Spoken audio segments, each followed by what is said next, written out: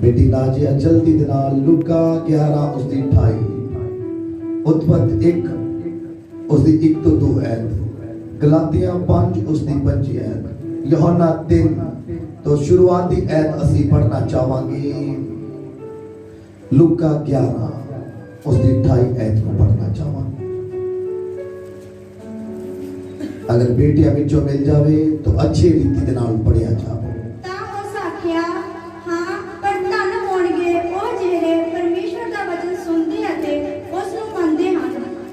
Hallelujah. जागदे रहो अते सुनदे रहो, जागदे सुनदे रहो। जो जागदे सुनदे हैं सवेर उन्हां दी हुंदी है, जिहड़े सुत्ते सुनदे हैं सवेर नहीं हुंदी है। तो असीं सब सवेर दे लिए इकट्ठे हुए हैं, अंधेरे दे लिए इकट्ठे नहीं हुए हैं। यह हवाला है अकाल पुरख यीशु मसीह जी कह रहे हैं, पर धन हन ओ जेड़े परमेश्वर दे वचन नूं सुनदे अते उस दे उत्ते चलदे हन। हुण अगर तुसी खुदा दे कलाम नूं सुनन वाले हो तां तुसी धन हो। अज असीं सीखना है ईमानदारी दे बदले। किस दे लई? सब बोलो ईमानदार। ईमानदार हुंदा की है वो देखना है, और ईमानदारी कितनी देर दी होती है। पहले हवाले नूं याद रखना है सबने कि धन ओ जो परमेश्वर दे वचन नूं सुनदे,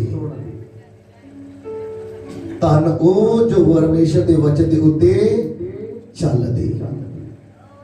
हुण असीं उत्पत्त 1 उसदी 2 ऐत तो पढ़ना शुरू करांगे।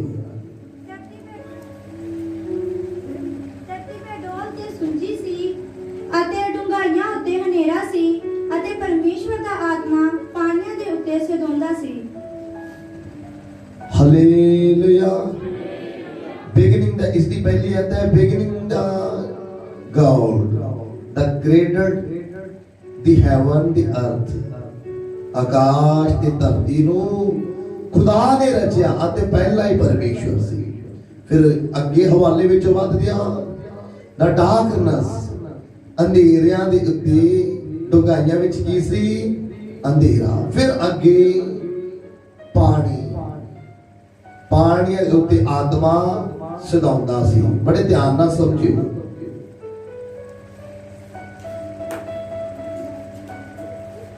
हुण खुदा दा आत्मा बोलो आज्ञाकार है, बोलो सब आज्ञाकार है। कितनी देर दा?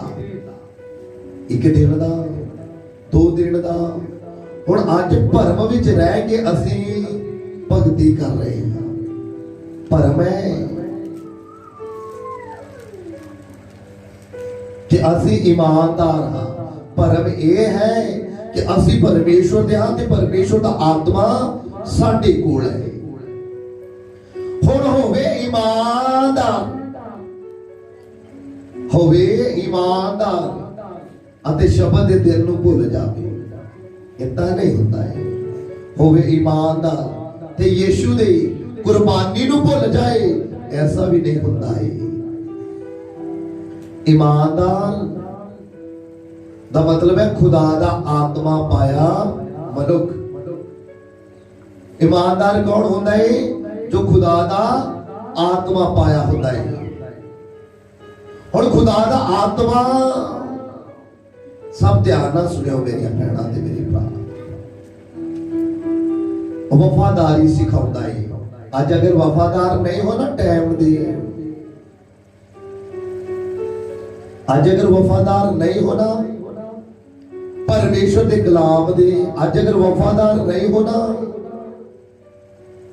अपने परिवार फैमिली संगति दे इसका मतलब ये है कि खुदा दा आत्मा कोल नहीं है, अते जिदे को होवे खुदा दा आत्मा अते वो वफादार ना होवे ये भी हो नहीं दे सकदा। हुण ईमानदारी मैं दसना चाहता हाँ कि तुसी कुछ दिन कुछ महीने कहते हो कि असी ईमानदार हाँ। पहला खुदा ने बिगिनिंग दा गॉड, पहला मतलब शुरू तो ही परमात्मा सी, होर कोई भी नहीं सी। फिर उस तो बाद आत्मा पानी दे उत्ते सिधांदा मतलब फिरदा सी। बड़े ध्यान नाल समझो, ईमानदारी देखियो। हुण उस तो बाद पहला नबियां दे नाल गल हुई यहोवा दी, सब बोलो यहोवा दी। पहला यहोवा नबियां दे नाल गल करदा रहा अपने कलाम दे राही, अपने शब्दां दे राही। तो पहला टाइम किहदा सी? यहोवा दा। फिर यहोवा दा टाइम गया अज तो 2000 साल पहला, कहते हैं कि खुदा दा बेटा यीशु आया। फिर किदा टाइम होया? खुदा दे बेटे यीशु दा। ते यीशु ने मुर्दियां नूं जिंदा कीता, लंगड़ियां नूं चलाया, अन्नियां नूं चंगा कीता। मतलब हर तरह दे शैतान दे झगड़े, मुर्दियां नूं, अधरंगियां नूं, 38 सालां दे रोगियां नूं, बल्कि हर एक मनुख नूं जो उसकी नजर दे विच आ गया उसनूं चंगा ते जिंदगी बख्श दी। फिर टाइम किदा होया दूसरा? बोल दे जाओ खुदा दे बेटे यीशु दा। बोलो मेरी भैणा यीशु दा, उच्ची दे लो आवाज नूं। कोई नहीं, यीशु तुहाडी ही सुनन दे लई आया है। किदा टाइम सी? यीशु दा। फिर उस तो बाद यदि यीशु मर गए तो फिर उसने कहा 40 दिन फिर धरती दे उत्ते रहे अते अपने प्रमाण दिते हर एक ताकत दे नाल कि मैं ही खुदा दा की हां बेटा हां अते मुर्दियां दे विचों मैं ही जिंदा होया हां। फिर उस तो बाद उसने कहा मैं जानदा हां, मैं जानदा हां अते तुहाडे लई की भेजदा हां? मददगार सहायक भेजदा हां। हुण समझदा तुसी तर्क दे नाल इसनूं उच्ची ऊपर थोड़ा बजाओ। हालेलुया। पहला यहोवा दा टाइम आया, फिर खुदा दे बेटे यीशु दा टाइम आया। फिर यीशु जाता अते कहता है कि मैं तुहाडे लई एक मददगार भेजदा हां। ईमानदारों बड़े ध्यान नाल सुनियो, ईमानदारी देखियो अपनी। फिर तीसरा मददगार कौन आया? बोलो पवित्र आत्मा जी। बोलो पवित्र आत्मा जी। तीसरा मददगार। ते आत्मा पहला किथे रहिंदा सी? बोलो किथे? ऐसे ही धरती के उत्ते। बड़े ध्यान नाल समझ के एक शब्द समझ के गए, तुसी वफादारी शुरू करनी है।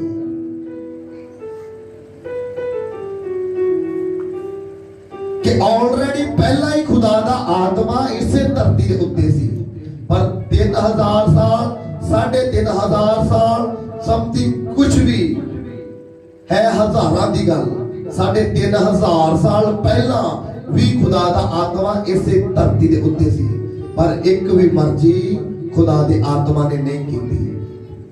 कितने साल वफादार? 3500 साल, या इस तो वध दी भी गिनती हो सकती है। कोई 300 साल की गल नहीं कर रहा मैं, 3500 साल की गल कर रहा हां। अगर होए खुदा दा आत्मा अते तुसी एक दिन वफादार रहो, ये नहीं हो सकता है। खुदा दा आत्मा 3500 साल वफादार रहा कि जे पिता दा टाइम है वो तावी जेंटलमैन अपने जेबे च हाथ पा के आराम ना रहे, समझण वाले की बरकत जरूर होगी।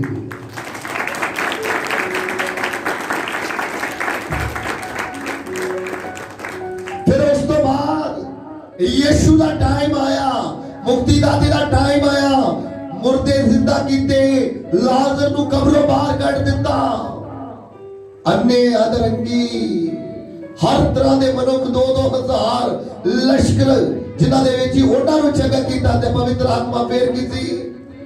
बोलो शांत की। दूसरा शब्द वफादार होवे, खुदा दा आत्मा कोल ते वफादार ना होवे, समझियो दुआ नहीं करन नूं दिल करदा है, खुदा दा आत्मा कोल नहीं है। वचन पढ़न नूं नहीं दिल करदा है, खुदा दा आत्मा कोल नहीं है। आज्ञाकारी करन नूं दिल नहीं करदा है, खुदा दा आत्मा कोल नहीं है। जिहदे कोल होवे खुदा दा आत्मा अते वफादार ना होवे, ये नहीं हो सकता है। 3,500 साल इंतजारी कीती खुदा दे आत्मा ने, पवित्र आत्मा जी ने, अते वो है ही पहला ही इसे धरती के उत्ते सी। ध्यान करियो अपनी जिंदगी दे उत्ते मेरियां भैणां, अज मिलदा नहीं, अज हुंदा नहीं, अज है भी नहीं। क्यों? ये क्यों दा शब्द है ना जेड़ा खुदा दे आत्मा तो बिना दा है, क्योंकि खुदा ने वादा ही हां दे नाल कीता है। लंबे समय तक खुदा दा आत्मा वफादार रहा। अज भी जिस दे कोल खुदा दा आत्मा है वो ही वफादार होएगा।